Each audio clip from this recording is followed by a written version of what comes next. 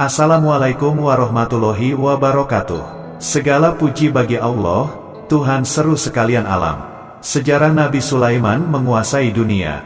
Dan sesungguhnya kami telah memberi ilmu kepada Daud dan Sulaiman, dan keduanya mengucapkan, segala puji bagi Allah yang melebihkan kami dari kebanyakan hamba-hambanya yang beriman. Dan Sulaiman telah mewarisi Daud dan dia berkata, hai manusia, kami telah diberi pengertian tentang suara burung dan kami diberi segala sesuatu. Sesungguhnya, semua ini benar-benar suatu karunia yang nyata.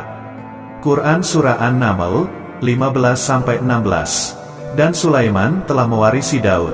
Beliau mewarisi Daud dalam sisi kenabian dan kekuasaan, bukan mewarisi harta karena para nabi tidak mewariskan harta.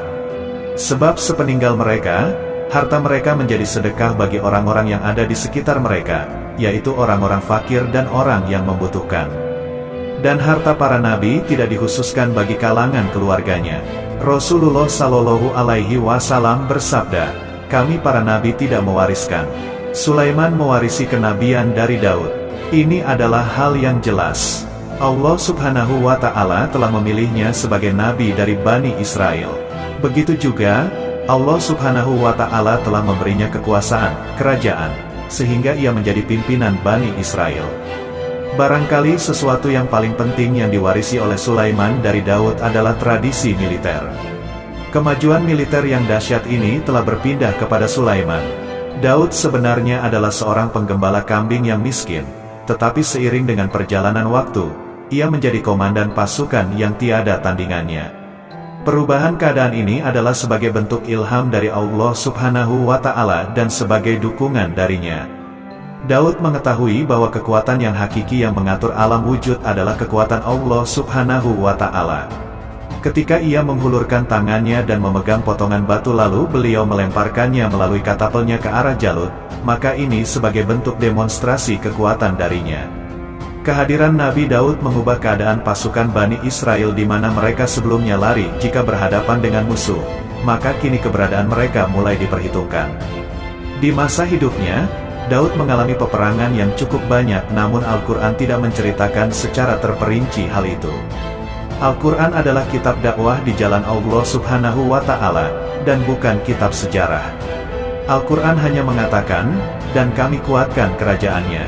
Quran Surah Sad, 20. Ayat tersebut berarti bahwa Nabi Daud belum pernah terkalahkan dalam peperangan yang diikutinya.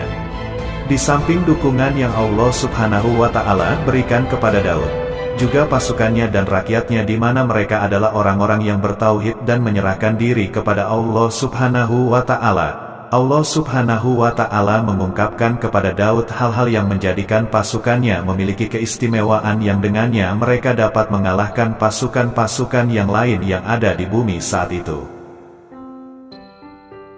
Allah Subhanahu wa Ta'ala berfirman, dan kami telah melunakkan besi untuknya.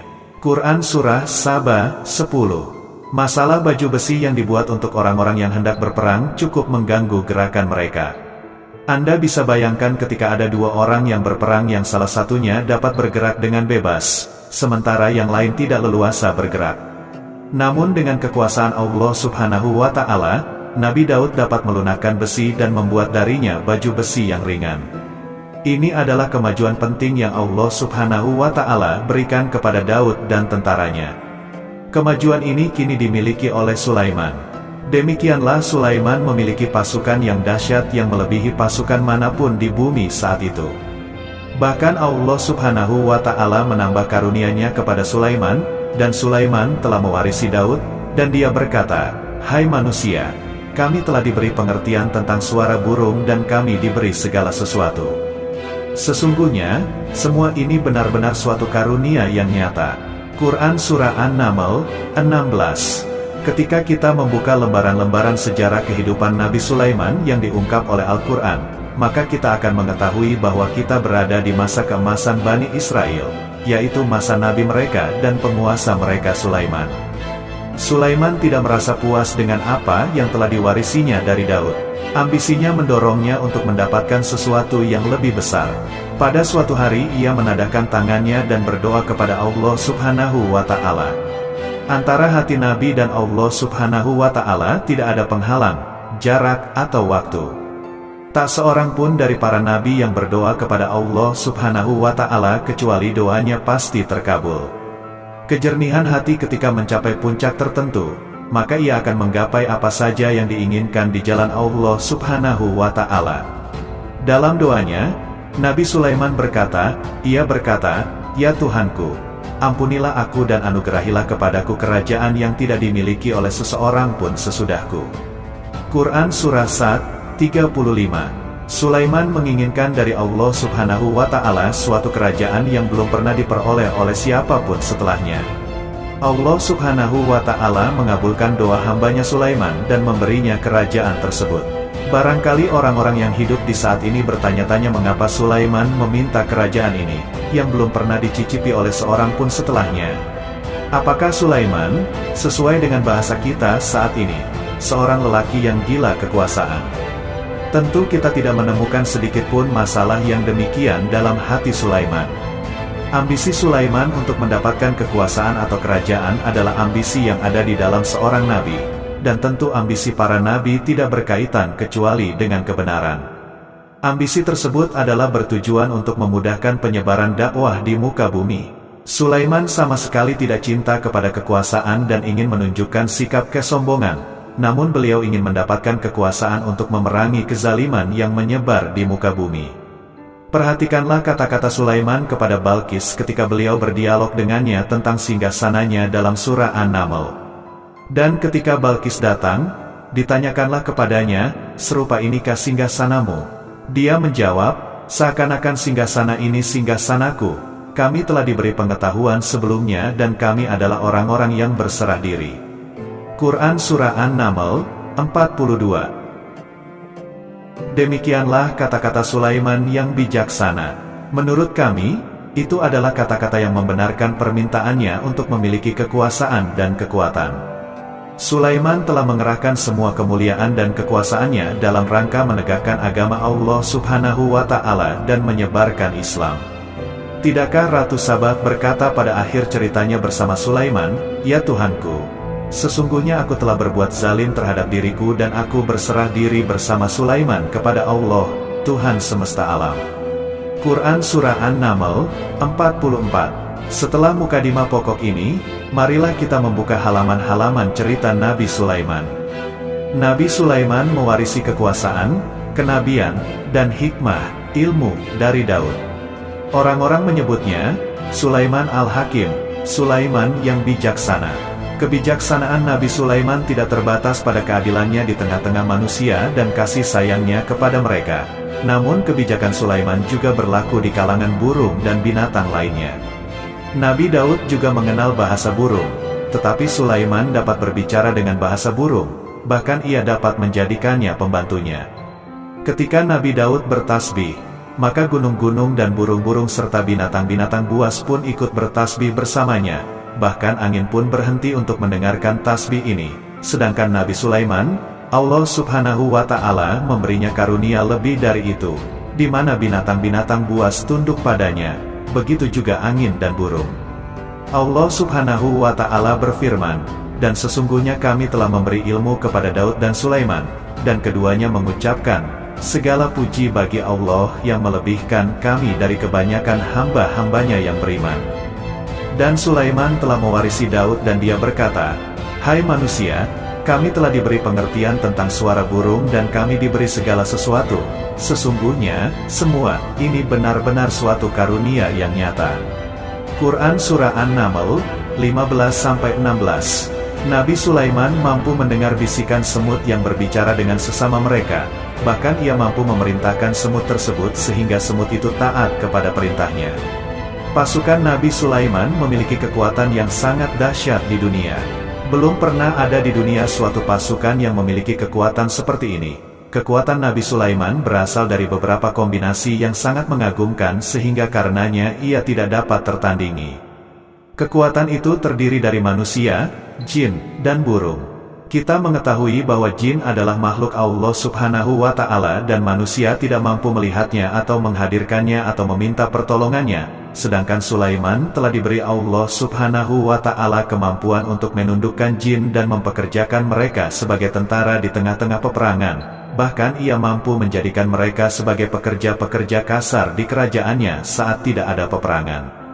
Ketika ada pasukan lain yang mencoba melawan pasukan ini, maka mustahil mereka akan merasakan kemenangan. Bahkan pasukan Sulaiman juga diperkuat oleh pasukan burung. Burung di pasukan Sulaiman memerankan tugas penting, yaitu apa yang kita kenal saat ini dengan istilah badan intelijen. Kita mengetahui bahwa peranan informasi saat peperangan adalah hal yang sangat penting. Dari informasi tersebut, pasukan dapat mengetahui keadaan musuhnya. Demikianlah peranan burung pada pasukan Sulaiman. Ia terbang di tengah-tengah musuh, kemudian ia kembali kepada Sulaiman untuk menyampaikan berita tentang keadaan musuhnya. Di samping jin dan burung, Allah Subhanahu wa Ta'ala juga menundukkan angin untuk Sulaiman. Nabi Sulaiman dapat memerintah angin dan ia mampu untuk menaiki angin bersama tentaranya. Sekarang, kita mengetahui bahwa ide adanya pesawat terbang adalah berangkat dari usaha memanfaatkan udara di mana pesawat tersebut dapat terbang di dalamnya meskipun ia lebih berat darinya. Namun sejak dahulu Allah Subhanahu wa Ta'ala memberikan kemampuan ini kepada Sulaiman di mana ia mampu menundukkan angin dan menggunakannya demi kepentingannya. Oleh karena itu, pasukan Sulaiman juga terdiri dari pasukan udara pada saat di mana tak seorang pun memimpikannya untuk terbang di udara. Barangkali mukjizat ini yang Allah Subhanahu wa Ta'ala berikan kepada Sulaiman menjadi sebab kejayaan militernya sehingga pasukannya tidak tertandingi. Allah Subhanahu wa Ta'ala berfirman, "Dan dihimpunkan kepada Sulaiman tentaranya dari jin, manusia dan burung, lalu mereka diatur dengan tertib dalam barisan." Quran Surah An-Naml 17. Kemudian kami tundukkan kepada angin yang berhembus dengan baik menurut kemana saja yang dikehendakinya. Dan kami tundukkan pula kepadanya saitan-saitan semuanya ahli bangunan dan penyelam, dan saitan yang lain yang terikat dalam belenggu. Inilah anugerah kami, maka berikanlah kepada orang lain, atau tahanlah untuk dirimu sendiri, dengan tiada pertanggungan jawab. Dan sesungguhnya dia mempunyai kedudukan yang dekat pada sisi kami dan tempat kembali yang baik. Quran Surah Sad 36-40. Kita akan mengetahui bahwa Sulaiman akan meninggalkan ide untuk menggunakan kuda di tengah-tengah pasukannya, setelah ia pada suatu hari dibuatnya lupa pada sholat. Ketika Sulaiman meninggalkan kuda dalam rangka mencapai ridha Allah Subhanahu wa Ta'ala, maka dia menggantikannya dengan angin yang bertiup sesuai dengan perintahnya kemanapun ia pergi dan kemanapun tempat yang diinginkannya. Di samping senjata udara yang Allah Subhanahu wa Ta'ala berikan kepada Sulaiman, Allah Subhanahu wa Ta'ala juga memberikan kemampuan yang tak seorang pun dari para nabi mendapatkannya, yaitu kemampuan untuk memerintah saitan. Saitan adalah salah satu bahagian dari jin. Ia adalah kelompok yang celaka dari jin. Kelompok ini sebenarnya tidak mampu dikuasai oleh manusia, bahkan jin yang soleh pun tidak dapat mengatur mereka. Adapun Sulaiman, Allah Subhanahu wa Ta'ala telah memberinya kekuasaan untuk menundukkan saitan dan mempekerjakannya, bahkan mengikatnya dengan rantai serta menghukumnya jika ia menentang perintahnya. Saitan membangun untuk Sulaiman istana dan patung-patung dan alat-alat perang. Tidak menutup kemungkinan candi-candi purba yang ada di tanah Jawa itu buatan pada zaman Nabi Sulaiman, seperti halnya Candi Borobudur, kawasan Dieng dan lainnya. Alasan jelas karena pada zaman Nabi Sulaiman beliau menguasai dunia, raja di raja. Bahkan saitan-saitan itu menyelam di dasar lautan untuk mengeluarkan permata dan yakut untuk Sulaiman. Jika ada di antara saitan yang menentang perintahnya, maka Nabi Sulaiman mengikatnya dengan rantai. Ini semua menunjukkan kekayaan Sulaiman dan kekuasaannya di mana ia mampu mengatur banyak makhluk di dunia. Tentu kemampuannya itu atas izin atau kehendak dari Tuhannya sebagai mukjizat darinya. Allah Subhanahu wa Ta'ala berfirman, "Dan sebagian dari jin ada yang bekerja di hadapannya, di bawah kekuasaannya, dengan izin Tuhannya. Dan siapa yang menyimpang di antara mereka dari perintah kami, kami rasakan kepadanya azab neraka yang apinya menyala-nyala." Para jin itu membuat untuk Sulaiman apa yang dikehendakinya dari gedung-gedung yang tinggi dan patung-patung dan piring-piring yang besarnya, seperti kolam dan periuk yang tetap berada di atas tungku. Quran Surah Saba 12. Nabi Sulaiman yang bijaksana adalah penguasa yang tak tertandingi di muka bumi. Meskipun memperoleh nikmat-nikmat yang khusus dan agung ini yang Allah Subhanahu wa Ta'ala berikan kepada Sulaiman, beliau tetap menunjukkan sebagai manusia yang paling banyak berzikir kepadanya dan manusia yang paling banyak bersyukur di zamannya. Allah Subhanahu wa Ta'ala berfirman tentang Sulaiman, "Sulaiman, sebaik-baik hamba. Sesungguhnya dia amat taat kepada Tuhannya." Quran Surah Sad, 30. Al-Aubah ialah kembali kepada Allah Subhanahu wa Ta'ala melalui sholat, puasa, tasbih, menangis, istighfar, dan mengungkapkan rasa cinta yang dalam. Hamba yang kembali adalah hamba yang menuju Allah Subhanahu wa Ta'ala. Waktu sholat bagi Sulaiman adalah waktu yang sangat penting sehingga ketika datang waktu itu, maka beliau tidak bisa disibukkan dengan hal yang lain. Pada suatu hari, beliau nyaris kehilangan waktu sholat. Tentu hal ini di luar kehendaknya. Pada saat itu, beliau sibuk mengurus persoalan yang penting, yaitu menyiapkan tentara untuk perang. Saat itu bertepatan dengan waktu asar. Sulaiman masih menyiapkan kuda tentara-tentaranya. Kuda pada waktu itu menjadi senjata yang penting di tengah-tengah pasukannya. Sulaiman lewat di depan kuda dan memeriksanya sehingga beliau nyaris kehilangan waktu sholat asar. Sulaiman sujud kepada Allah Subhanahu wa Ta'ala kemudian ia sholat. Ia meminta agar kuda itu dikembalikan kepadanya. Ketika kuda datang, ia mengusap lehernya dan kakinya dengan tangannya lalu ia meminta ampun kepada Allah Subhanahu wa Ta'ala karena ia sibuk menyiapkan pasukan untuk berjihad, sehingga nyaris kehilangan waktu sholat. Sejak peristiwa itu, Sulaiman merasa tidak lagi membutuhkan kuda di tengah-tengah pasukannya. Lalu Allah Subhanahu wa Ta'ala menggantikannya dengan angin yang mampu membawa tentaranya kemanapun ia pergi. Allah Subhanahu wa Ta'ala berfirman, "Dan kami karuniakan kepada Daud, Sulaiman, dia adalah sebaik-baik hamba. Sesungguhnya dia amat taat kepada Tuhannya." Ingatlah ketika dipertunjukkan kepadanya kuda-kuda yang tenang di waktu berhenti dan cepat waktu berlari pada waktu sore. Maka ia berkata, "Sesungguhnya aku menyukai kesenangan terhadap barang yang baik, kuda, sehingga aku lalai mengingat Tuhanku sampai kuda itu hilang dari pandangan. Bawalah semua kuda itu kembali kepadaku." Lalu ia potong kaki dan leher kuda itu. Quran Surah Sad, 30-33. Sulaiman mengetahui penyakit kuda dan ia mampu berbicara dengan bahasa kuda, bahkan kuda itu pun mentaati perintah Nabi Sulaiman. Allah Subhanahu wa Ta'ala juga memberikan kenikmatan lain atas Sulaiman. Allah Subhanahu wa Ta'ala berfirman, "Dan kami alirkan cairan tembaga baginya." Quran Surah Saba, 12. Al-Kitir adalah tembaga yang dicairkan. Sebagaimana Allah Subhanahu wa Ta'ala memberikan nikmat atas ayahnya Daud, di mana ia mampu melunakkan besi dan Allah Subhanahu wa Ta'ala mengajarinya bagaimana cara mencairkannya. Maka Sulaiman pun memanfaatkan tembaga yang cair itu untuk peperangan dan di saat perdamaian. Pada saat peperangan beliau mencampur tembaga dengan besi dan membuat darinya perunggu. Mereka menggunakan senjata-senjata perunggu dalam peperangan, seperti pedang, baju besi, dan pisau. Senjata-senjata ini adalah senjata yang paling kuat di saat itu. Sedangkan di saat perdamaian, tembaga digunakan untuk membuat bangunan, patung, dan sebagainya. Dari hal tersebut jelas, bahwa pengolahan tembaga dan juga besi itu berawal dari zaman Nabi Sulaiman. Pembuatan patung dari logam dan pahatan batu itu pun terjadi pada zaman Nabi Sulaiman. Meskipun Nabi Sulaiman mendapatkan nikmat yang besar ini dan karunia yang khusus, Allah Subhanahu wa Ta'ala telah mengujinya dengan suatu ujian. Ujian akan selalu datang pada seorang hamba. Ketika hamba itu mendapat kedudukan besar, maka ujiannya pun menjadi besar. Allah Subhanahu wa Ta'ala menguji Sulaiman dengan penyakit. Allah Subhanahu wa Ta'ala berfirman, "Dan sesungguhnya kami telah menguji Sulaiman dan kami jadikan dia tergeletak di atas kursinya sebagai tubuh yang lemah karena sakit, kemudian ia bertaubat.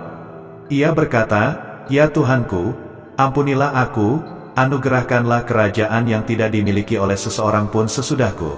Sesungguhnya Engkaulah yang Maha Pemberi.' Kemudian kami tundukkan kepadanya angin yang berhembus dengan baik menurut kemana saja yang ia kehendakinya. Dan kami tundukkan pula kepadanya saitan-saitan semuanya ahli bangunan dan penyelam." Quran Surah Sad, 34-37. Para ahli tafsir berbeda pendapat tentang fitnah atau ujian yang dialami oleh Nabi Sulaiman. Barangkali riwayat yang paling terkenal dalam hal ini adalah riwayat yang paling penuh dengan kebohongan. Dikatakan bahwa Sulaiman bertekad untuk menggilir istri-istrinya yang berjumlah 700 pada satu malam saja untuk melakukan hubungan seks dengan mereka, sehingga para wanita itu akan melahirkan seorang anak yang dapat berperang di jalan Allah Subhanahu wa Ta'ala. Sulaiman tidak mengatakan insya Allah lalu ia menggilir istri-istrinya dan tidak ada seorang pun yang melahirkan kecuali seorang wanita yang melahirkan anak yang buruk rupa. Kisah tersebut berbeda atau kontradiksi dari permulaan dan akhirannya. Tentu kisah itu berasal dari cerita khurafat yang direkayasa oleh orang-orang Yahudi atau termasuk dari Israiliyat. Hakikat ujian yang dialami Nabi Sulaiman adalah apa yang disebutkan oleh Fakhrur Razi. Sulaiman diuji dengan suatu penyakit yang keras di mana kedokteran saat itu tidak mampu mengatasinya.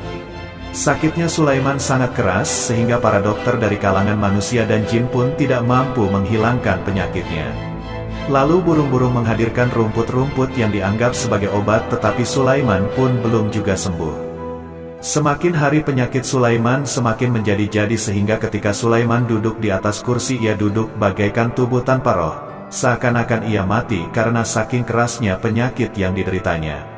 Sakit yang diderita oleh Sulaiman terus berlanjut untuk beberapa saat namun Sulaiman tidak henti-hentinya berzikir kepada Allah Subhanahu wa Ta'ala dan meminta kesembuhan kepadanya, serta beristighfar kepadanya dan mengungkapkan rasa cintanya kepadanya. Selesailah ujian Allah Subhanahu wa Ta'ala terhadap hambanya, Sulaiman. Beliau pun sembuh. Kini Sulaiman merasakan kembali kesehatannya setelah ia mengetahui segala kejayaannya dan segala kekuasaannya serta segala kebesarannya tidak lagi mampu menghilangkan penyakit yang dideritanya kecuali jika Allah Subhanahu wa Ta'ala menghendakinya. Inilah pendapat yang lebih menenangkan hati kami. Pendapat tersebut sesuai dengan kemaksuman Sulaiman sebagai nabi yang bijaksana dan nabi yang mulia. Dan sesungguhnya kami telah memuji Sulaiman dan kami jadikan dia tergeletak di atas kursinya sebagai tubuh yang lemah karena sakit. Quran Surah Sad 34. Sakit yang diderita Sulaiman membuat dirinya seperti jasad yang tak bernyawa. Kata jasad dalam bahasa Arab diungkapkan atas sesuatu yang kehilangan kehidupan atau kesehatan. Sulaiman berubah menjadi jasad karena saking kerasnya penyakit yang dideritanya. Kemudian ia bertaubat. Quran Surah Sad 34. Lalu Nabi Sulaiman kembali sehat. Ia meminta pertolongan dengan rahmat Allah Subhanahu wa Ta'ala. Lalu Allah Subhanahu wa Ta'ala menyembuhkannya dan merahmatinya. Nabi Sulaiman telah membangun masjid atau tempat beribadah sehingga manusia menyembah Allah Subhanahu wa Ta'ala di dalamnya. Rumah ini menunjukkan keunggulan seni arsitektur dan seni pahat. Orang-orang yang membangun rumah ini berjumlah puluhan ribu orang. Tentu setiap kelompok dari mereka memiliki pekerjaan masing-masing. Di antara mereka ada yang mencairkan tambang, di antara mereka ada tukang pahat, ada yang membelah batu, ada yang memotong-motong kayu, ada yang mendatangkan rumput-rumput dari Lebanon, ada yang melelehkan emas dan menjadikannya lempengan-lempengan yang mengkilat untuk menutupi kayu dan menutupi dinding. Bahkan golongan jin juga membantu pembangunan rumah tersebut, tentu dengan perintah dan bimbingan Nabi Sulaiman. Mereka membuat patung-patung yang besar dan membuat bejana yang besar untuk tempat makanan para tentara dan pekerja, yaitu bejana seperti gunung karena saking beratnya dan besarnya. Mereka juga membuat tempat-tempat minum yang besarnya seperti kolam. Sulaiman mengawasi para pekerjanya dan juga mengurus masyarakatnya, di mana beliau mengenali masalah mereka dan berusaha memecahkannya. Beliau juga mengawasi pasukannya dari kalangan binatang dan burung. Beliau mengetahui apakah ada satu di antara mereka yang tidak hadir dan di mana ia pergi serta mengapa ia pergi. Nabi Sulaiman bukan hanya mengetahui masalah tentaranya dari kalangan manusia dan tentaranya dari kalangan burung, namun ia juga menunjukkan kasih sayangnya terhadap semut di mana beliau mendengar bisikannya dan tidak suka untuk menginjaknya. Nabi Sulaiman selalu menundukkan kepalanya ke bumi sebagai bentuk rasa rendah diri dan syukur kepada Allah Subhanahu wa Ta'ala. Pada suatu hari ia berjalan di depan tentaranya dan tiba-tiba ia mendengar suara semut yang berkata kepada temannya dari kalangan semut, hingga apabila mereka sampai di lembah semut berkatalah seekor semut, "Hai semut-semut, masuklah ke dalam sarang-sarangmu agar kamu tidak terinjak oleh Sulaiman dan tentaranya. Sedangkan mereka tidak menyadari, maka dia tersenyum karena mendengar perkataan semut itu. Dan dia berdoa, "Ya Tuhanku, berilah aku ilham untuk tetap mensyukuri nikmat-Mu, yang telah Engkau anugerahkan kepadaku dan kepada kedua orang ibu dan bapakku, dan untuk mengerjakan amal soleh yang Engkau ridai, dan masukkanlah aku dengan rahmat-Mu ke dalam golongan hamba-hamba-Mu yang soleh." Quran Surah An-Naml, 18-19. Sulaiman mendengarkan pembicaraan semut itu lalu beliau tersenyum karena mendengar pembicaraannya. Apa yang dibayangkan oleh semut kecil itu? Meskipun Sulaiman mendapatkan kekuasaan dan memiliki tentara yang besar, namun beliau menunjukkan kasih sayang terhadap semut. Beliau mendengar bisikannya dan melihat semut yang di depannya. Oleh karena itu, tak mungkin baginya untuk menginjaknya. Sulaiman bersyukur kepada Allah Subhanahu wa Ta'ala yang telah memberinya nikmat ini, yaitu nikmat rahmat dan nikmat kasih sayang. Di samping itu, Sulaiman orang yang paling kaya di dunia di mana istananya terbuat dari kayu gaharu yang memiliki bau yang harum, dan istananya terbuat dari emas dan terkadang dari kristal. Beliau juga memiliki kursi besar yang dibuat dari emas dan permata. Istana Sulaiman merupakan istana yang paling besar di dunia. Sulaiman menggunakan pakaian dari emas dan permata. Meskipun demikian, Sulaiman tetap menunjukkan sebagai hamba yang berserah diri dan rendah diri kepada Allah Subhanahu wa Ta'ala dan kepada manusia. Nabi Sulaiman yang merendahkan dirinya di hadapan Allah Subhanahu wa Ta'ala, dan ia selalu sujud pada Allah Subhanahu wa Ta'ala sebagaimana ayahnya yang selalu bertasbih kepada Allah Subhanahu wa Ta'ala. Sulaiman selalu melantunkan lagu-lagu cinta ilahi dan hanya memuji Allah Subhanahu wa Ta'ala. Pada suatu hari, Nabi Sulaiman mengeluarkan perintahnya kepada pasukannya untuk bersiap-siap. Sulaiman keluar memeriksa pasukannya. Satu demi satu pasukannya ditelitinya. Kelompok yang pertama adalah kelompok manusia. Sulaiman memperhatikan kesiapan mereka, lalu Sulaiman mengeluarkan perintah-perintahnya. Kemudian Sulaiman memeriksa kelompok jin dan menyampaikan perintah-perintahnya kepada mereka. Beliau memenjarakan jin yang tampak bermalas-malas saat bekerja. Lalu ia memeriksa binatang dan berkata kepada mereka, apakah mereka sudah makan dengan baik dan tidur dengan nyenyak? Apakah ada yang mengadu kepadanya, misalnya karena penyediaan makanan tidak layak? Apakah di sana ada yang sakit, dan sebagainya. Ketika Sulaiman merasa puas dengan semuanya, Sulaiman memasuki tenda tempat berkumpulnya burung. Belum lama Sulaiman memasuki tenda tersebut, dan mengamat-amati keadaan di sekitarnya sehingga ia mengetahui burung yang tidak hadir yaitu hudhud. Dan dia memeriksa burung-burung lalu berkata, mengapa aku tidak melihat hudhud? Quran Surah An-Naml, 20. Burung-burung yang lain tampak terdiam sebagai penghormatan dan akan mendengarkan apa yang akan dikatakan pemimpin mereka Sulaiman. Beliau mengarahkan pandangannya pada semua burung dan tidak menemukan hudhud di antara mereka. Tak seekor burung pun yang mengetahui keberadaannya. Sulaiman mulai menampakkan kemarahannya, apakah dia termasuk yang tidak hadir? Quran Surah An-Naml, 20. Tiba-tiba seekor burung kecil memberanikan diri untuk berkata kepada Sulaiman, wahai Nabi yang mulia, seharusnya hudhud ada bersamaku kemarin untuk melaksanakan tugas penyelidikan. Ia adalah pemimpin misi itu namun hudhud belum datang. Oleh karena itu, aku tidak pergi bersamanya. Burung itu tampak gemetar ketakutan. Sulaiman mengetahui bahwa hudhud tidak hadir, dan tak seorang pun mengetahui kepergiannya. Hudhud pergi tanpa terlebih dahulu meminta izin kepada Sulaiman dan tidak memberitahu di mana keberadaannya.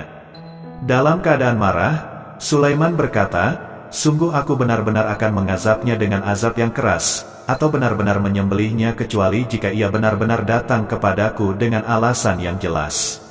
Quran Surah An-Naml, 21. Kawanan burung mengetahui bahwa Sulaiman sedang marah dan telah menetapkan untuk menyiksa hudhud atau menyembelihnya atau justru memaafkannya dengan syarat, ia datang dengan membawa alasan yang dapat menyelamatkannya. Atau dengan kata lain, hudhud dapat memastikan bahwa ia melaksanakan tugas yang penting. Sulaiman menunjukkan kemarahan yang besar sehingga siapapun akan merasa takut. Ketika Sulaiman marah, meskipun beliau terkenal dengan kasih sayangnya, maka kemarahannya karena membela kebenaran, kemudian beliau dapat melaksanakan ancamannya dengan cara yang mudah. Seekor burung tampak gemetar ketakutan melihat kemarahan Sulaiman, lalu beliau menghulurkan tangannya ke burung itu dan memegang-megang kepalanya sehingga burung itu pun merasa tenang dan rasa takutnya hilang. Sulaiman pergi dari tenda burung itu dan menuju istananya. Sulaiman masih memikirkan keadaan Hudhud. Seharusnya Hudhud menjadi bagian penting dari badan intelijen. Apakah ia pergi untuk menyingkap sesuatu, atau apakah ia pergi hanya untuk bermain-main? Sulaiman telah memperhatikan dan mengetahui bahwa Hudhud adalah seekor burung yang cerdik dan juga fasih berbicara.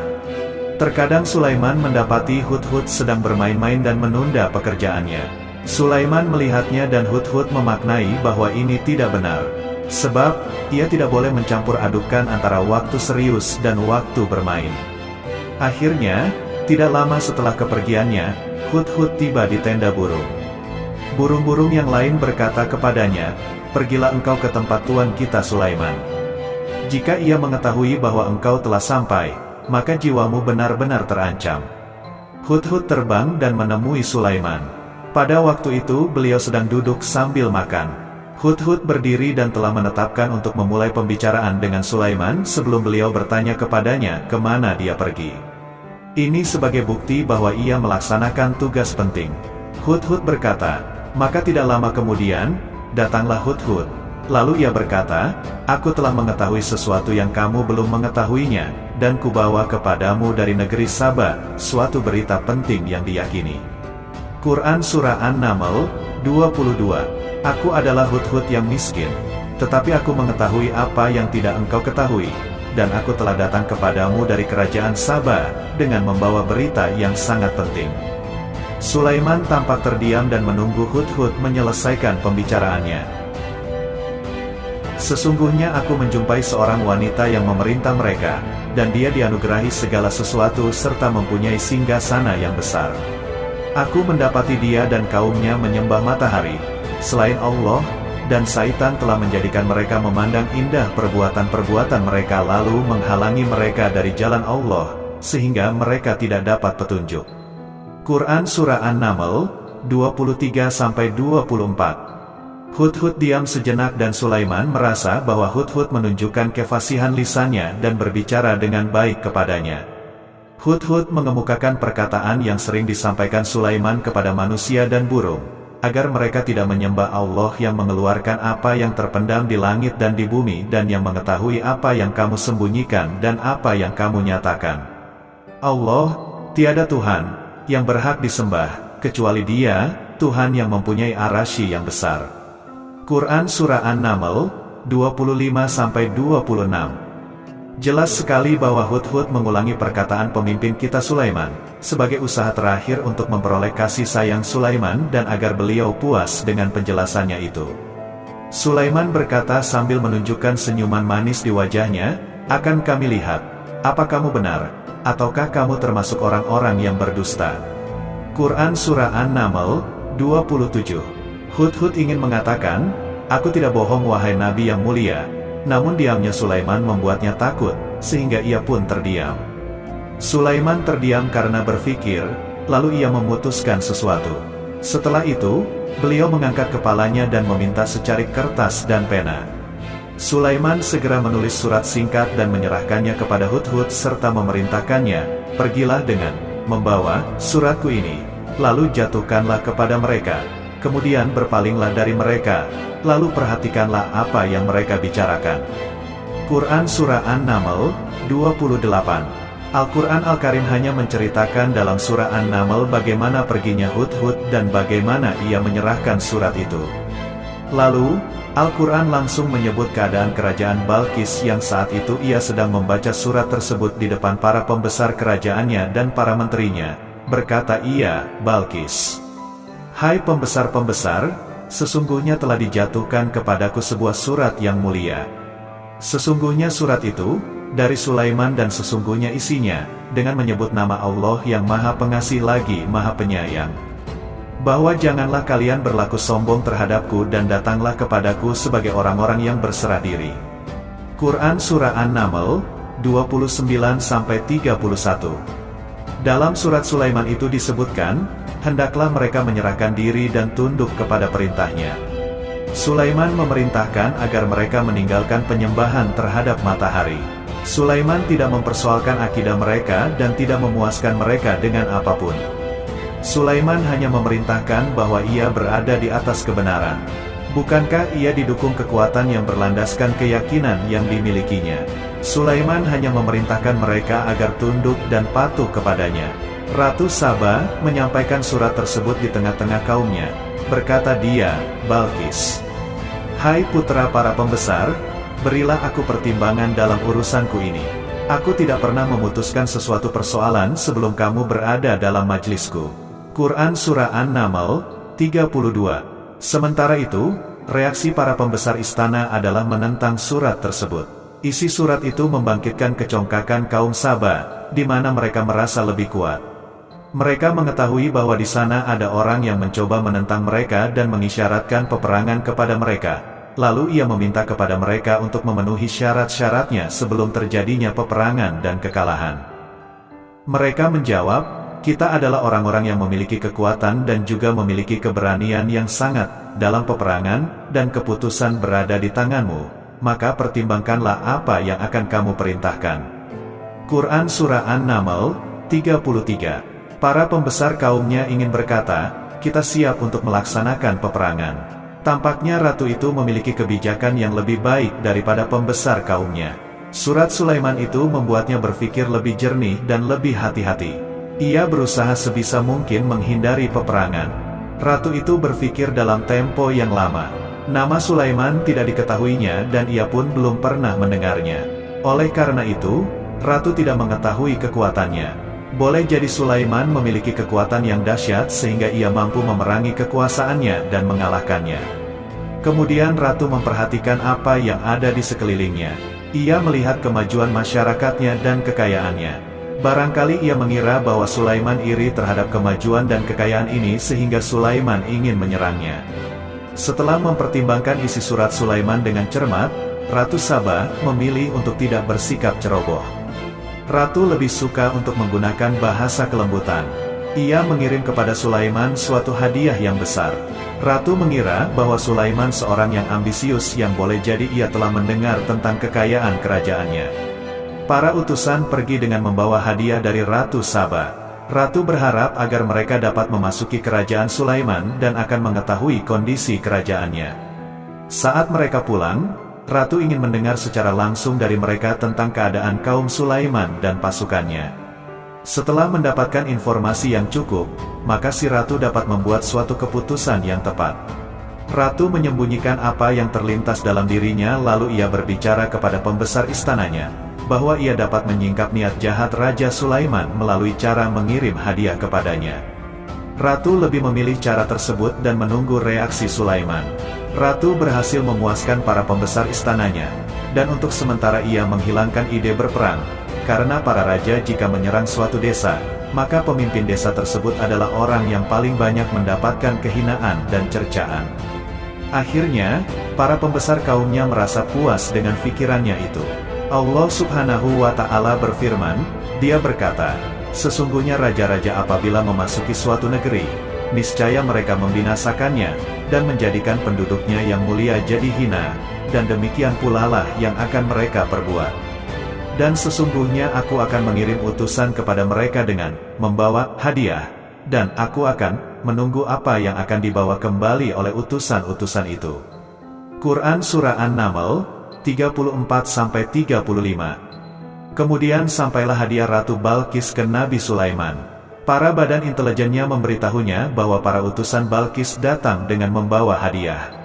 Sulaiman langsung mengetahui bahwa ratu itu sengaja mengirim orang-orangnya untuk mengetahui atau mendapatkan informasi tentang kekuatannya. Lalu setelah itu, ia mengambil keputusan atau sikapnya kepada Sulaiman. Sulaiman segera memanggil semua pasukannya untuk berkumpul. Utusan Balkis segera memasuki istana Sulaiman yang dipenuhi dengan pasukan besar yang bersenjata. Tiba-tiba, utusan Balkis tampak tercengang ketika melihat kekayaan mereka dan harta mereka tidak ada apa-apanya dibandingkan dengan kerajaan Sulaiman. Hadiah mereka tampak tidak berarti. Emas yang mereka bawa tampak tidak berarti saat mereka memasuki istana Sulaiman yang terbuat dari kayu-kayu pohon gaharu yang mengeluarkan bau yang harum serta dihiasi dengan emas. Para utusan Balkis berdiri bersama Sulaiman dan menyaksikan bagaimana Sulaiman mengendalikan pasukannya. Kemudian mereka mulai berpikir tentang kekuatan dan kualitas pasukan Sulaiman. Betapa terkejutnya mereka ketika melihat di tengah-tengah pasukan itu terdapat singa, burung dan tentara dari kalangan manusia yang mampu terbang. Mereka pun sadar bahwa mereka di hadapan pasukan yang tiada taranya. Selesailah demonstrasi pasukan Sulaiman. Kemudian para utusan ratu dipersilakan maju ke tempat hidangan makan. Para utusan itu sangat terkejut ketika melihat berbagai macam makanan dari penjuru bumi ada di depannya. Dan di antara makanan itu pun terdapat makanan yang biasa ditemukan di negeri mereka. Tetapi mereka melihat bahwa makanan itu memiliki rasa yang istimewa.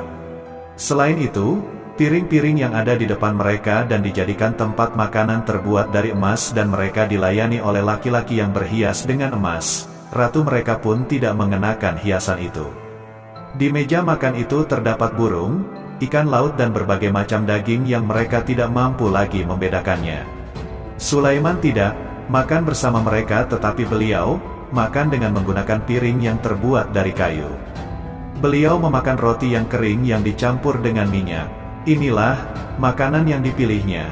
Sulaiman makan bersama mereka dalam keadaan diam.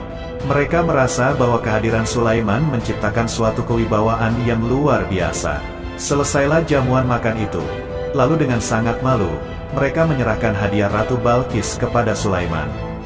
Hadiah itu berupa emas. Bagi mereka, hadiah itu sangat bernilai, tetapi di sini hadiah ini tampak kecil di hadapan kekayaan yang sangat mengagumkan. Sulaiman memperhatikan hadiah ratu itu dan berkata, maka tatkala utusan itu sampai kepada Sulaiman, Sulaiman berkata, apakah patut kamu menolong aku dengan harta?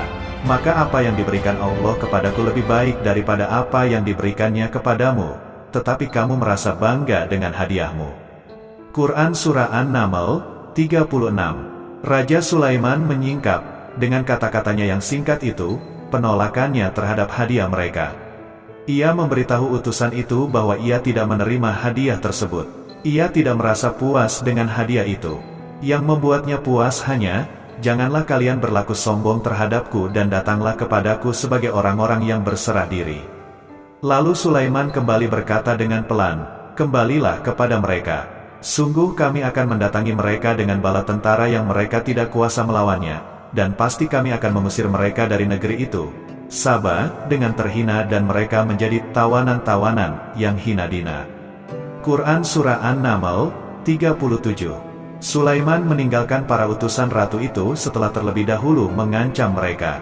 Para utusan itu mengharap agar Sulaiman mau menunggu kunjungan Ratu Balkis sendiri yang akan membawa misi perdamaian. Akhirnya, sampailah para utusan Balkis ke Saba. Mereka segera menuju istana ratu. Mereka memberitahu bahwa negeri mereka ada di hujung tanduk. Mereka menceritakan kepada ratu kekuatan Sulaiman, dan tidak mungkin bagi mereka mampu melawannya. Mereka meyakinkan Balkis bahwa ia harus mengunjunginya dan melihat sendiri. Kemudian ratu menyiapkan dirinya untuk pergi menuju kerajaan Sulaiman. Sulaiman duduk di kursi kerajaan di tengah-tengah para pembesarnya dan para menterinya serta para komandan pasukan. Beliau berpikir tentang Balkis. Sulaiman mengetahui bahwa Balkis menuju tempatnya. Balkis dikelilingi rasa takut. Sulaiman berpikir sejenak tentang bagaimana matahari disembah. Ia memikirkan bagaimana informasi yang diterima Badan Intelijen tentang kemajuan kerajaan Balkis dalam bidang kesenian dan ilmu pengetahuan. Sulaiman bertanya kepada dirinya sendiri, apakah kemajuan menjadi penghalang untuk mengetahui kebenaran? Apakah ratu itu gembira dengan kekuatan yang dicapainya dan ia membayangkan bahwa kekuatan adalah dengan kemajuan yang dimilikinya? Sulaiman ingin membuat kejutan agar ratu mengetahui bahwa Islam yang diyakini oleh Sulaiman adalah satu-satunya yang mampu mendatangkan kemajuan dan kekuatan yang hakiki, sehingga ia dapat membandingkan antara keyakinannya dalam menyembah matahari beserta kemajuan yang dicapainya dan keyakinan Sulaiman juga beserta kemajuan yang diraihnya. Para intelijen Sulaiman telah memberitahunya bahwa hal yang sangat disegani dan dikagumi oleh kaum Balkis adalah kerajaan Saba, yaitu singgasana Ratu Balkis. Singgasana itu terbuat dari emas dan batu mulia. Singgasana tersebut dijaga oleh para penjaga yang sangat disiplin di mana mereka tidak pernah lalai sedikit pun. Oleh karena itu, sangat tepat bila Sulaiman menghadirkan singgasana di sini, di kerajaannya sehingga ketika ratu tiba, maka ia dapat duduk di atasnya. Sulaiman ingin membuat kejutan kepadanya dan menunjukkan bahwa kemampuannya tersebut yang berlandaskan pada keislamannya. Sulaiman melakukan yang demikian itu dengan harapan, agar si ratu tunduk kepadanya. Ide ini terlintas dalam diri Sulaiman, lalu ia mengangkat kepalanya dan menoleh kepada anak buahnya, berkata Sulaiman, "Hai pembesar-pembesar, siapakah di antara kamu sekalian yang sanggup membawa singgasananya kepadaku sebelum mereka datang kepadaku sebagai orang-orang yang berserah diri?" Quran Surah An-Naml, 38. Perhatikanlah ungkapan pikiran Nabi Sulaiman tersebut. Semua pemikirannya berkisar tentang keislaman, para penyembah matahari, tentang bagaimana beliau dapat memberikan petunjuk kepada mereka di jalan Allah Subhanahu wa Ta'ala. Yang pertama menjawab pertanyaan Sulaiman itu adalah Ifrit dari kalangan jin yang Allah Subhanahu wa Ta'ala telah menundukkan mereka kepada Sulaiman. Berkata Ifrit, yang cerdik, dari golongan jin, "Aku akan datang kepadamu dengan membawa singgasana itu kepadamu sebelum kamu berdiri dari tempat dudukmu. Sesungguhnya aku benar-benar kuat untuk membawanya lagi dapat dipercaya." Quran Surah An-Naml, 39. Sulaiman berdiri dari tempat duduknya setelah 1 jam atau 2 jam, namun jin itu berjanji kepadanya untuk menghadirkan singgasana Balkis sebelum itu. Istana Sulaiman di Palestina, sedangkan istana Balkis terletak di Yaman. Jarak antara singgasana tersebut dan singgasana Sulaiman lebih dari ribuan juta.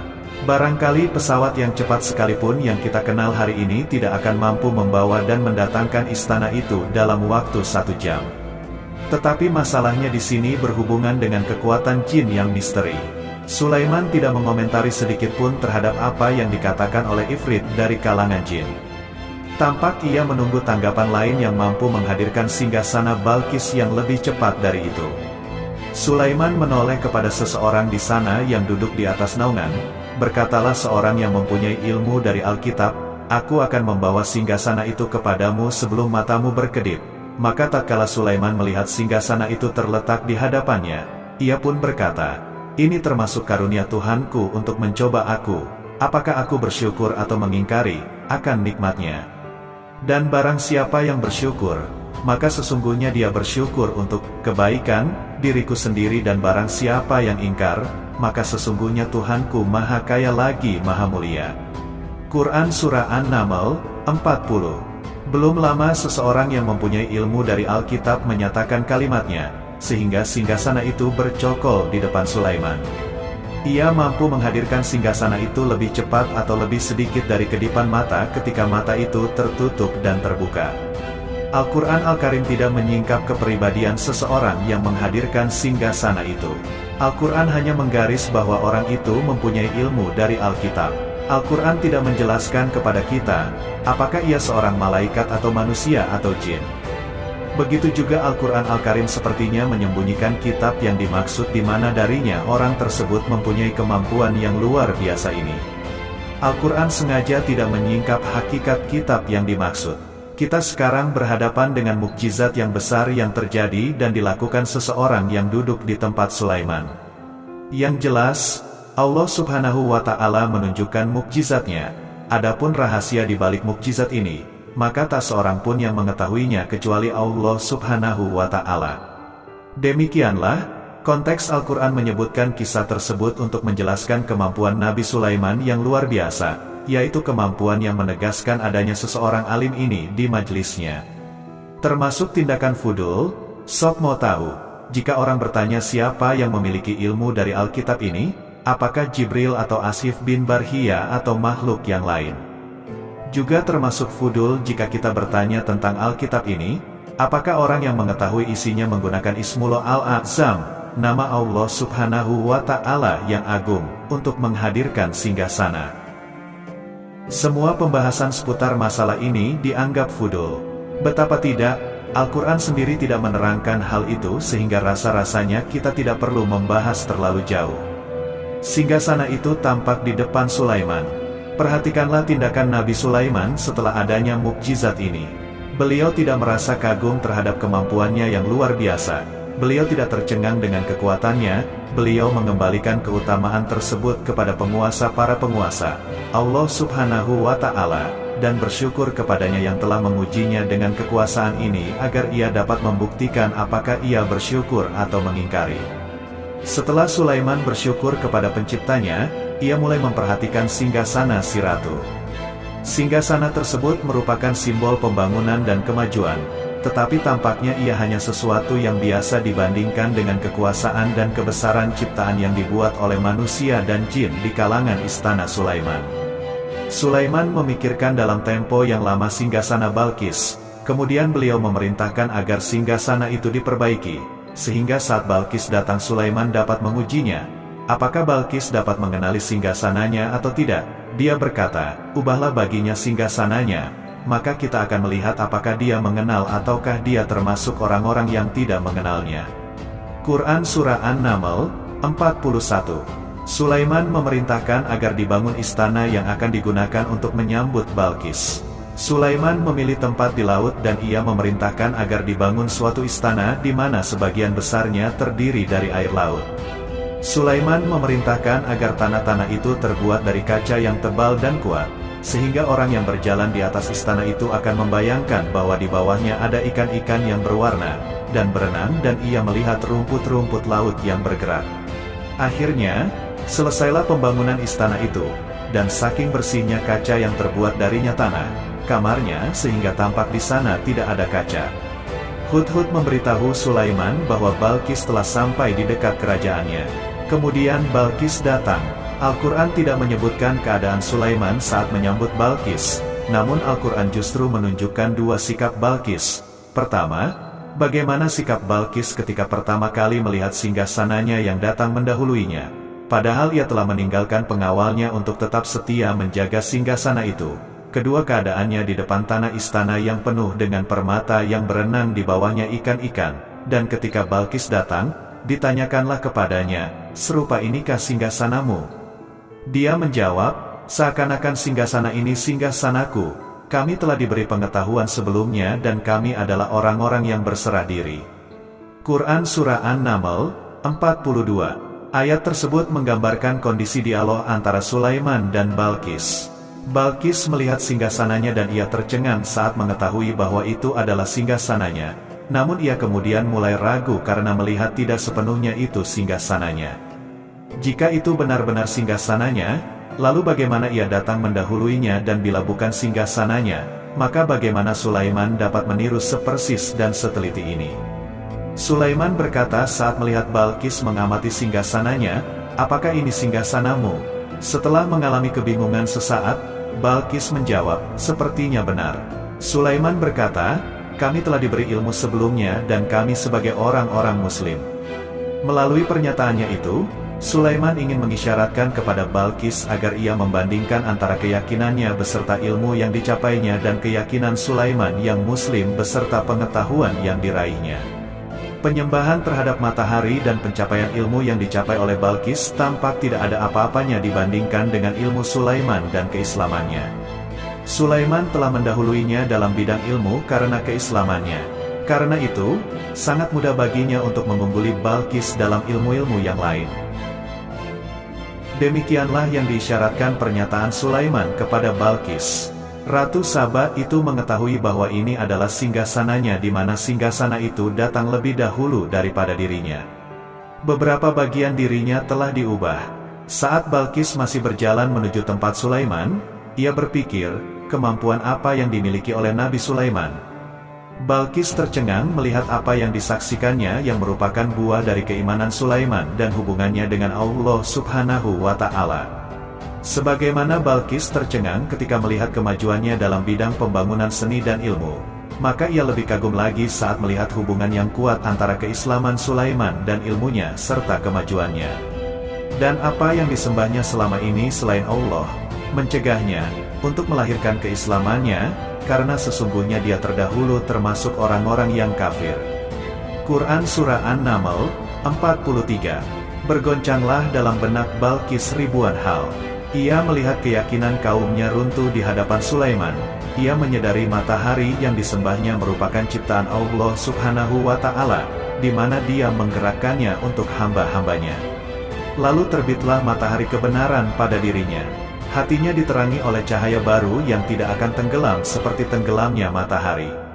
Masa keislamannya hanya menunggu waktu. Balqis memilih waktu yang tepat untuk mengumumkan keislamannya. Allah Subhanahu wa Ta'ala berfirman, dikatakan kepadanya, masuklah ke dalam istana. Maka tatkala dia melihat lantai istana itu, dikiranya kolam air yang besar, dan disingkapkannya kedua betisnya. Berkatalah Sulaiman, sesungguhnya ia adalah istana licin yang terbuat dari kaca. Berkatalah Balqis, ya Tuhanku, sesungguhnya aku telah berbuat zalim terhadap diriku dan aku berserah diri bersama Sulaiman kepada Allah, Tuhan semesta alam. Quran Surah An-Naml, 44. Dikatakan kepada Balqis masuklah ke dalam istana. Ketika ia masuk, maka ia tidak menyaksikan adanya kaca tetapi ia melihat air sehingga ia mengira akan bersinggungan dengan air laut lalu ia menyingkap sedikit bajunya agar bajunya tidak basah. Sulaiman mengingatkannya, tanpa melihat, agar ia tidak khawatir terhadap pakaiannya karena pakaiannya tidak akan basah, sebab di sana tidak ada air. Ia sekedar kaca yang halus yang saking halusnya hingga ia tidak tampak. Pada kesempatan itulah Balqis mengumumkan keislamannya. Ia mengakui kezaliman dirinya dan ia menyatakan penyerahan diri kepada Sulaiman dan kepada Allah Subhanahu wa Ta'ala Tuhan alam semesta. Lalu kaumnya pun mengikutinya dan mereka memeluk Islam. Balqis menyadari ia berhadapan dengan penguasa yang terbesar di bumi dan salah satu Nabi Allah Subhanahu wa Ta'ala yang mulia. Untuk pertama kalinya wajah Sulaiman tampak dihiasi dengan senyuman yang menunjukkan kepuasannya sejak Balqis mengunjunginya. Demikianlah, Sulaiman mewujudkan kejayaannya yang hakiki dan menyebarkan cahaya Islam di muka bumi. Al-Quran tidak menyebutkan kisah Balqis setelah keislamannya. Para ahli tafsir mengatakan bahwa ia menikah dengan Sulaiman. Selain itu, ada yang mengatakan bahwa ia menikah dengan salah satu orang dekat Sulaiman. Ada juga yang mengatakan bahwa sebagian Raja Habsah adalah keturunan dari buah perkawinan ini. Kami tidak sependapat dengan semua itu karena Al-Quran Al-Karim tidak menyebutkan semua perincian tersebut. Oleh karena itu, kami tidak merasa penting untuk menyelami sesuatu yang tidak diketahui oleh seseorang pun. Sulaiman hidup di tengah-tengah kejayaan dan kemuliaan di muka bumi, kemudian Allah Subhanahu wa Ta'ala menetapkan kematian baginya. Sebagaimana kehidupan Sulaiman berada di puncak kemuliaan dan kejayaan yang penuh dengan keajaiban yang luar biasa, maka kematiannya pun merupakan tanda-tanda kebesaran Allah Subhanahu wa Ta'ala yang penuh dengan keajaiban. Demikianlah bahwa kematiannya sesuai dengan kehidupannya, sesuai dengan kejayaannya. Allah Subhanahu wa Ta'ala berfirman tentang kematian Sulaiman, maka tatkala kami telah menetapkan kematian Sulaiman, tidak ada yang menunjukkan kepada mereka kematiannya itu kecuali rayap yang memakan tongkatnya. Maka tatkala ia telah tersungkur, tahulah jin bahwa kalau sekiranya mereka mengetahui yang gaib tentulah mereka tidak akan tetap dalam siksa yang menghinakan. Quran Surah Saba, 14. Kemampuan Nabi Sulaiman untuk menundukkan jin dan mempekerjakan mereka serta hubungan mereka dengannya, semua ini menimbulkan fitnah di tengah-tengah manusia dalam hal tertentu, dan kematian Sulaiman merupakan batasan, jawaban, terhadap fitnah ini. Kami tidak mengetahui siapa yang mengklaim bahwa jin mengetahui hal yang gaib, apakah itu syaitan yang terkutuk atau jin yang bodoh atau manusia yang tertipu. Kami tidak mengetahui siapa yang bertanggung jawab terhadap tersebarnya isu yang keliru ini. Yang kita ketahui adalah, bahwa hal tersebut tersebar dan mempengaruhi sebagian manusia dan jin. Barangkali manusia berkata kepada diri mereka, selama jin melakukan perbuatan yang luar biasa ini, maka apa gerangan yang menjadikan mereka tidak mengetahui hal yang gaib itu? Manusia itu lupa bahwa kunci kegaiban berada di tangan Allah Subhanahu wa Ta'ala. Masalah ilmu gaib tidak akan mampu dikuasai oleh jin, manusia, para nabi, dan semua makhluk. Hanya Dia yang mengetahuinya. Allah Subhanahu wa Ta'ala telah merencanakan bahwa kematian Sulaiman pun bertujuan untuk menghancurkan pemikiran ini, yaitu pemikiran bahwa jin mengetahui hal yang gaib. Jin bekerja untuk Nabi Sulaiman selama beliau hidup, dan tatkala beliau meninggal, maka tugas mereka menjadi bebas. Nabi Sulaiman meninggal tanpa diketahui oleh jin sehingga mereka tetap bekerja untuknya. Mereka tetap mengabdi kepada Sulaiman. Seandainya mereka mengetahui hal yang gaib, niscaya mereka tidak meneruskan pekerjaan mereka. Pada suatu hari Sulaiman memasuki mihrabnya untuk itikaf, ibadah, dan sholat. Tak seorang pun berani mengganggu halwatnya di mihrabnya. Mihrab Sulaiman terletak di puncak gunung dan dindingnya terbuat dari permata. Pada suatu hari, Sulaiman duduk bersandar pada tongkatnya dan ia tampak tenggelam dalam tafakur. Beliau berzikir kepada Allah Subhanahu wa Ta'ala hingga rasa kantuk menguasainya, lalu setelah itu malaikat maut menemuinya di mihrabnya. Sulaiman pun meninggal. Beliau bersandar kepada tongkatnya. Jin melihatnya dan mengira bahwa beliau sedang sholat sehingga mereka pun terus melanjutkan pekerjaannya. Berlalulah hari-hari yang panjang. Kemudian datanglah rayap, yaitu semut kecil yang memakan kayu. Hewan itu pun mulai memakan tongkat Sulaiman. Rayap-rayap itu tampak lapar. Sebagian dari tongkat Sulaiman dimakan beberapa hari oleh rayap-rayap itu. Ketika yang dimakannya semakin bertambah, maka tongkat itu pun menjadi rusak dan jatuh dari tangan Sulaiman. Tubuh mulia itu kehilangan keseimbangan dan terhempas di bumi. Tatkala tubuh suci itu tersungkur, maka manusia segera menuju ke sana.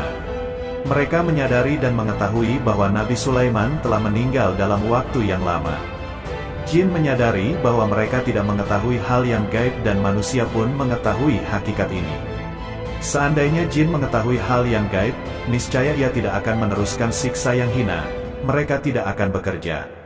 Demikianlah Nabi Sulaiman meninggal dalam keadaan duduk dan sholat di mihrabnya. Lalu berita itu tersebar bagaikan api di bumi. Manusia, burung, dan binatang buas menghantarkan jenazah Nabi Sulaiman. Sekawanan burung tampak sedih dan menangis. Semua makhluk bersedih. Akhirnya, tak seorang pun mengetahui bahasa burung di bumi. Meninggallah seseorang yang memakami pembicaraan burung. Burung-burung itu berkata, betapa beratfa kehidupan di tengah-tengah orang yang tidak mengetahui pembicaraan kita. Kisah Nabi Sulaiman dengan semut. Kisah 1. Kerajaan Nabi Sulaiman alaihi salam dikala itu sedang mengalami musim kering yang begitu panjang. Lama sudah hujan tidak turun membasahi bumi. Kekeringan melanda di mana-mana. Baginda Sulaiman alaihi salam mulai didatangi oleh umatnya untuk meminta pertolongan dan memintanya memohon kepada Allah Subhanahu wa Ta'ala agar menurunkan hujan untuk membasahi kebun-kebun dan sungai-sungai mereka. Baginda Sulaiman alaihi salam kemudian memerintahkan satu rombongan besar pengikutnya yang terdiri dari bangsa jin dan manusia berkumpul di lapangan untuk berdoa memohon kepada Allah Subhanahu wa Ta'ala agar musim kering segera berakhir dan hujan segera turun. Sesampainya mereka di lapangan, Baginda Sulaiman alaihi salam melihat seekor semut kecil berada di atas sebuah batu. Semut itu berbaring kepanasan dan kehausan. Baginda Sulaiman alaihi salam kemudian mendengar sang semut mulai berdoa memohon kepada Allah Subhanahu wa Ta'ala penuh segala hajat seluruh makhluknya. Ya Allah pemilik segala hazanah, aku berhajat sepenuhnya kepadamu. Aku berhajat akan airmu. Tanpa airmu ya Allah aku akan kehausan dan kami semua kekeringan. Ya Allah aku berhajat sepenuhnya padamu akan airmu. Kabulkanlah permohonanku, doa sang semut kepada Allah Subhanahu wa Ta'ala. Mendengar doa si semut maka, Baginda Sulaiman alaihi salam kemudian segera memerintahkan rombongannya untuk kembali pulang ke kerajaan sambil berkata pada mereka, kita segera pulang. Sebentar lagi Allah Subhanahu wa Ta'ala akan menurunkan hujannya kepada kalian. Allah Subhanahu wa Ta'ala telah mengabulkan permohonan seekor semut. Kemudian Baginda Nabi Sulaiman dan rombongannya pulang kembali ke kerajaan. Kisah 2. Suatu hari Baginda Sulaiman alaihi salam sedang berjalan-jalan. Ia melihat seekor semut sedang berjalan sambil mengangkat sebutir buah kurma. Baginda Sulaiman alaihi salam terus mengamatinya. Kemudian beliau memanggil si semut dan menanyainya, "Hai semut kecil, untuk apa kurma yang kau bawa itu?" Si semut menjawab, Ini adalah kurma yang Allah Subhanahu wa Ta'ala berikan kepadaku sebagai makananku selama 1 tahun. Baginda Sulaiman alaihi salam kemudian mengambil sebuah botol lalu ia berkata kepada si semut, "Wahai semut, kemarilah engkau, masuklah ke dalam botol ini, aku telah membagi 2 kurma ini dan akan aku berikan separuhnya padamu sebagai makananmu selama 1 tahun. Tahun depan aku akan datang lagi untuk melihat keadaanmu." Si semut taat pada perintah Nabi Sulaiman alaihi salam. Setahun telah berlalu. Baginda Sulaiman alaihi salam datang melihat keadaan si semut. Ia melihat kurma yang diberikan kepada si semut itu tidak banyak berkurang. Baginda Sulaiman alaihi salam bertanya kepada si semut, "Hai semut, mengapa engkau tidak menghabiskan kurmamu?" "Wahai Nabiullah, aku selama ini hanya menghisap airnya dan aku banyak berpuasa. Selama ini Allah Subhanahu wa Ta'ala yang memberikan kepadaku sebutir kurma setiap tahunnya. Akan tetapi kali ini engkau memberiku separuh buah kurma. Aku takut tahun depan engkau tidak memberiku kurma lagi karena engkau bukan Allah pemberi rezeki." Ar-Razzaq, jawab si semut. Tempat ibadah Sulaiman. Tempat ibadah Sulaiman atau Haikal Sulaiman terletak di Urshilim, Yerusalem. Ia adalah sentral ibadah kaum Yahudi dan simbol sejarah kaum Yahudi serta sebagai kebanggaan mereka. Raja Sulaiman telah membangunnya dan mengeluarkan harta yang tidak sedikit untuk mendirikannya. Bahkan ia memerlukan 180.000 pekerja. Sulaiman telah mendatangkan emas dari Tarsis, dan kayu dari Lebanon dan batu mulia dari Yaman. Setelah 7 tahun dari pembangunan yang terus-menerus, Haikal Sulaiman menjadi sempurna. Saat itu ia menjadi kekaguman dan simbol kejayaan di dunia. Berulang kali ada usaha untuk menghancurkan bangunan tersebut. Orang-orang yang tamak dan para penyerang bertujuan untuk merampas harta benda yang bernilai yang terdapat dalam Haikal Sulaiman. Mereka merusak sebagian darinya lalu salah seorang raja berusaha memperbaikinya karena saking cintanya kepada orang-orang Yahudi. Pada kali ini pembangunan tempat beribadah itu membutuhkan waktu 46 tahun, sehingga ia pun menjadi suatu bangunan yang besar yang menakjubkan yang dikelilingi oleh 3 pagar besar. Ia terdiri dari 2 halaman besar, yaitu halaman luar dan halaman dalam. Halaman dalam dibangun di atas tiang-tiang ganda yang terbuat dari marmer. Sedangkan halaman luar dari tempat ibadah itu meliputi gerbang-gerbang besar yang ditutup oleh emas dan 10 pintu gerbang dilapisi dengan tembaga kurnusus. Para raja terus memberikan hadiah untuk pembangunan dan penyempurnaan tempat ibadah itu sampai akhir zamannya, sehingga tempat peribadatan itu memuat perbendaharaan harta yang tidak ternilai. Tujuan utama dari pembangunan Haikal Sulaiman adalah untuk menyembah kepada Allah Subhanahu wa Ta'ala di dalamnya. Tempat ibadah itu merupakan masjid bagi orang-orang yang bertauhid dan orang-orang mukmin. Tentu keindahan dan kebesarannya tidak dimaksudkan memalingkan manusia dari menyembah selain Allah Subhanahu wa Ta'ala. Dan barangkali kebesaran bangunan itu merupakan simbol kekuatan negara dan kekuatan akidahnya. Namun sesuai dengan perjalanan waktu, mulailah terjadi perubahan dan penyimpangan. Seharusnya ibadah hanya ditujukan kepada Allah Subhanahu wa Ta'ala. Tiba-tiba kaum berpaling dan malah mengagumi kulit dan meninggalkan hakikat. Akhirnya, nasib tempat ibadah itu sama dengan nasib yang dialami tempat-tempat ibadah lainnya.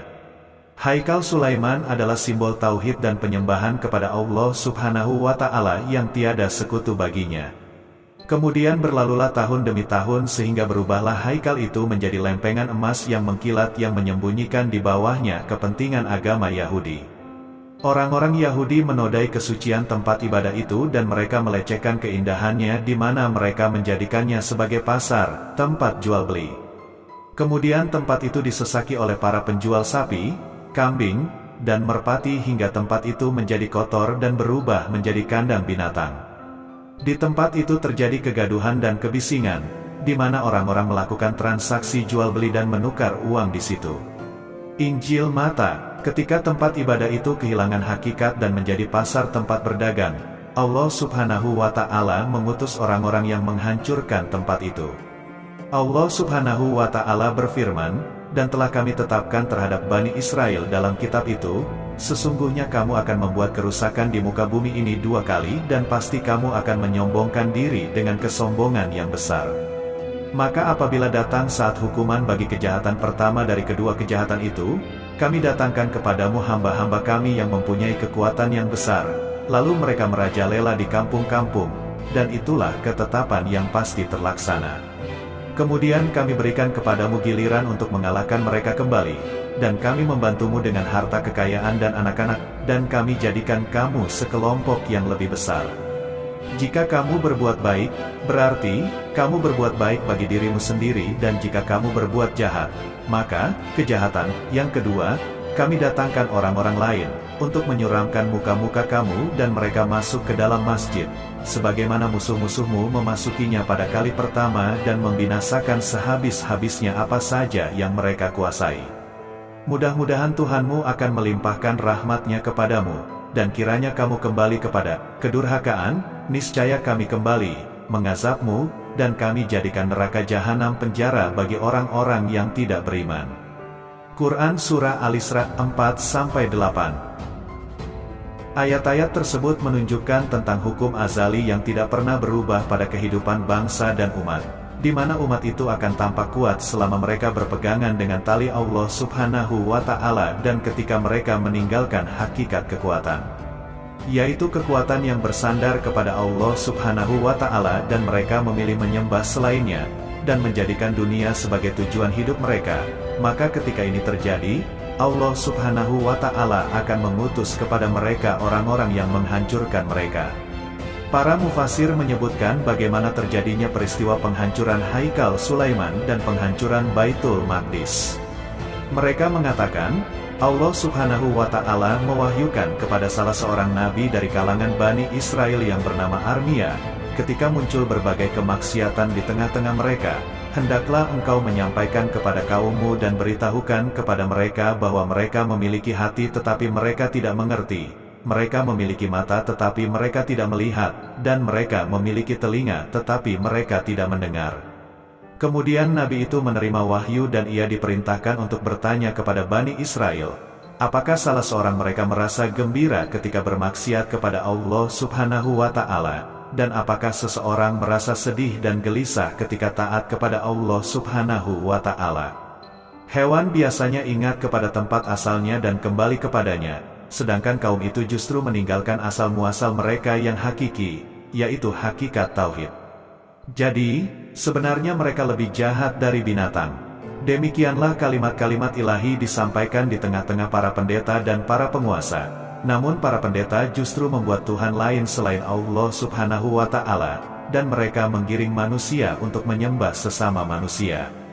Adapun para penguasa, mereka membangkang pada nikmat Allah Subhanahu wa Ta'ala dan merasa tenang dengan azab Allah Subhanahu wa Ta'ala yang dahsyat. Mereka tertipu dengan dunia, mereka mencampakkan kitab Allah Subhanahu wa Ta'ala dan melupakan janjinya. Mereka mengubah-ubah kitab Allah Subhanahu wa Ta'ala, Taurat. Mereka menciptakan kebohongan kepada para rasulnya dan membunuh mereka tanpa alasan yang benar. Sedangkan para fukaha dan orang-orang cerdik, mereka mempelajari sesuatu sesuai dengan kepentingan mereka. Mereka mengambil sebagian kitab dan meninggalkan sebagiannya. Mereka mendukung para penguasa yang zalim yang membuat penyelewengan dalam agama. Mereka justru mentaati penguasa itu meskipun benar-benar bermaksiat kepada Allah Subhanahu wa Ta'ala. Mereka membatalkan perjanjian dengan Allah Subhanahu wa Ta'ala. Sementara itu, anak-anak Nabi, maka mereka menjadi orang-orang yang kalah. Mereka berharap agar Allah Subhanahu wa Ta'ala menolong mereka seperti ayah-ayah mereka ditolong. Mereka tidak ingat bagaimana sikap wara ayah-ayah mereka dan bagaimana mereka mencurahkan usaha mereka. Bahkan darah mereka tertumpah tetapi mereka sabar dan mereka tetap percaya kepada janji Allah Subhanahu wa Ta'ala, sehingga Dia memuliakan agamanya dan memenangkan mereka. Demikianlah Armia terus menyiarkan berita tentang kebenaran dan mengingatkan kaumnya dan memberi mereka kesempatan terakhir untuk bangkit dan kembali pada agama Tauhid. Kalau tidak, Allah Subhanahu wa Ta'ala akan mengutus kepada mereka seorang penguasa yang bengis, di mana pasukannya bagaikan sekawanan awan yang akan menghancurkan bangunan-bangunan yang mereka bangun, dan akan meninggalkan desa yang mereka huni dalam keadaan yang mengerikan. Ibnu Katsir berkata dengan menukil apa yang dinyatakan oleh Ibnu Asakir. Duhai Ilya dan penghuninya, bagaimana mereka dihinakan dengan pembunuhan dan mereka menjadi tawanan-tawanan yang hina. Tempat-tempat istana mereka yang mengagumkan menjadi tempat-tempat tinggalnya hewan-hewan buas. Aku akan menghancurkan mereka dengan berbagai azab. Jika langit menurunkan hujan di atas bumi, maka bumi tidak akan tumbuh. Bila tumbuh suatu tumbuhan di bumi, maka itu adalah sebagai rahmatku terhadap binatang-binatang. Jika mereka menanam sesuatu, maka tanaman mereka akan dikuasai oleh hama, dan jika ada tumbuhan yang selamat darinya, maka aku akan cabut darinya keberkahan, dan jika mereka berdoa aku tidak akan mengabulkan, dan jika mereka meminta, maka aku tidak akan memberi, dan jika mereka menangis, maka aku tidak akan menyayangi, dan jika mereka berusaha bersikap rendah diri, maka aku akan memalingkan wajahku dari mereka. Ilya menyampaikan kepada kaumnya tentang azab Allah Subhanahu wa Ta'ala yang akan meliputi segala sesuatu. Namun orang-orang Yahudi menyambut dakwahnya dengan kebohongan dan kemaksiatan, dan mereka menuduhnya dengan kebohongan. Mereka berkata kepadanya, "Bagaimana engkau berbohong dan mengaku bahwa Allah Subhanahu wa Ta'ala akan menghancurkan buminya dan masjid-masjidnya? Lalu siapa yang akan menyembahnya jika tidak ada seorang pun di muka bumi yang menyembahnya? Juga tidak ada masjid dan tidak ada kitab. Sungguh engkau telah gila, wahai Ilya." Akhirnya pertentangan antara Ilya dan kaumnya berakhir pada pemenjaraannya. Pada saat yang sama, datanglah pasukan Bahtansir menuju mereka. Orang-orang Yahudi terkejut ketika mendengar suara derap kaki kuda dan suara panah-panah yang melayang dan bau kebakaran. Pasukan itu memasuki desa-desa dan kota-kota. Mereka mengelilingi segenap penjuru kota dan desa. Pemimpin pasukan itu menyerbu orang-orang Yahudi dan menghancurkan mereka. Sepertiga dibunuh, sepertiga ditawan. Sementara wanita-wanita tua dan lelaki-lelaki tua dibiarkan hidup. Baitul Maqdis dihancurkan dan tempat ibadah itu pun hancur. Orang-orang laki-laki dibunuh dan benteng-benteng kuku pun dibakar. Bahkan ulama-ulamanya dan fukaha-fukahanya dibunuh dan tak seorang pun hidup di antara mereka. Rumah-rumah orang-orang Yahudi tidak lagi dihuni kecuali oleh burung hantu dan binatang buas. Lalu sebagian orang-orang Yahudi dari Bani Israel meninggalkan tempat itu, dan tempat itu pun menjadi tempat yang tandus untuk waktu yang lama sehingga Allah Subhanahu wa Ta'ala mengizinkan kepada sebagian cucu dari kaum itu untuk kembali, dan mereka pun kembali. Selama terjadi peristiwa yang berdarah tersebut, Uzair tidur dan dialah satu-satunya yang menjaga Taurat. Itulah sepenggal kisah tentang seorang nabi yang menguasai dunia. Termasuk tanah Jawa pada masa itu pun bagian dari kekuasaannya. Adapun ada kisah tanah Jawa baru dihuni manusia pada awal Masehi itu dikarenakan sepeninggal Nabi Sulaiman para jin bawahan Nabi Sulaiman banyak yang tinggal di tanah Jawa. Dan pada periode Aji Saka tanah Jawa baru dihuni manusia.